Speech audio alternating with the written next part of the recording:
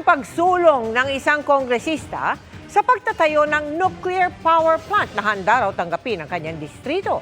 Pero ang sabi ng isang grupo, mas mura pa rin ang kuryente mula sa renewable energy. Nakatutok si Maki Pulido.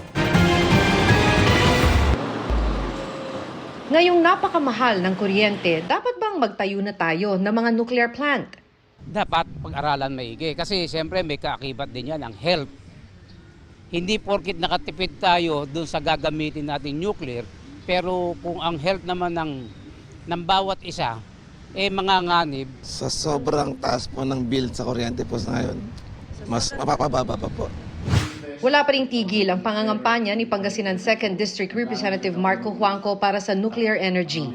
Dapat nga raw hindi lang isang conventional power plant tulad ng Bataan Nuclear Power Plant ang itayo. Handa na nga raw ang kanyang mga kadistrito, partikular ang bayan ng Labrador, na maging host kung may itatayo mang nuclear plant. Not only Labrador but the other surrounding towns in my district. I speak about it. Feeling po nila damay sila sa Labrador dahil pag nagkaroon ng libo-libong trabaho sa Labrador, pati Lingayen, pati Bugalyon, pati Binmaley, damay na rin po doon sa trabaho.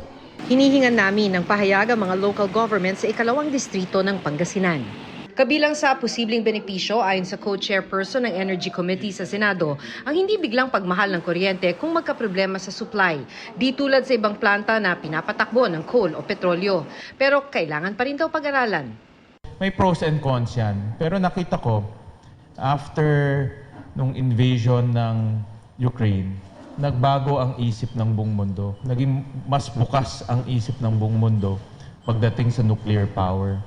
Pero sa monitoring ng Center for Energy Ecology and Development, kung presyohan na rin lang ang pag-uusapan, renewable energy pa rin ang pinakamura. Hanggang 4 pesos lang kada kilowatt hour. Hanggang mahigit 6 pesos naman ang nuclear, habang mas mahal ang iba pa.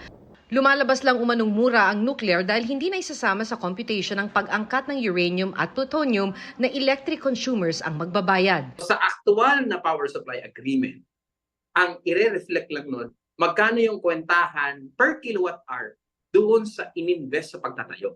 So ang renewable energy kasi, yung 4 na piso, yun yung total cost ng ininvest sa pagtatayo at pag-maintain.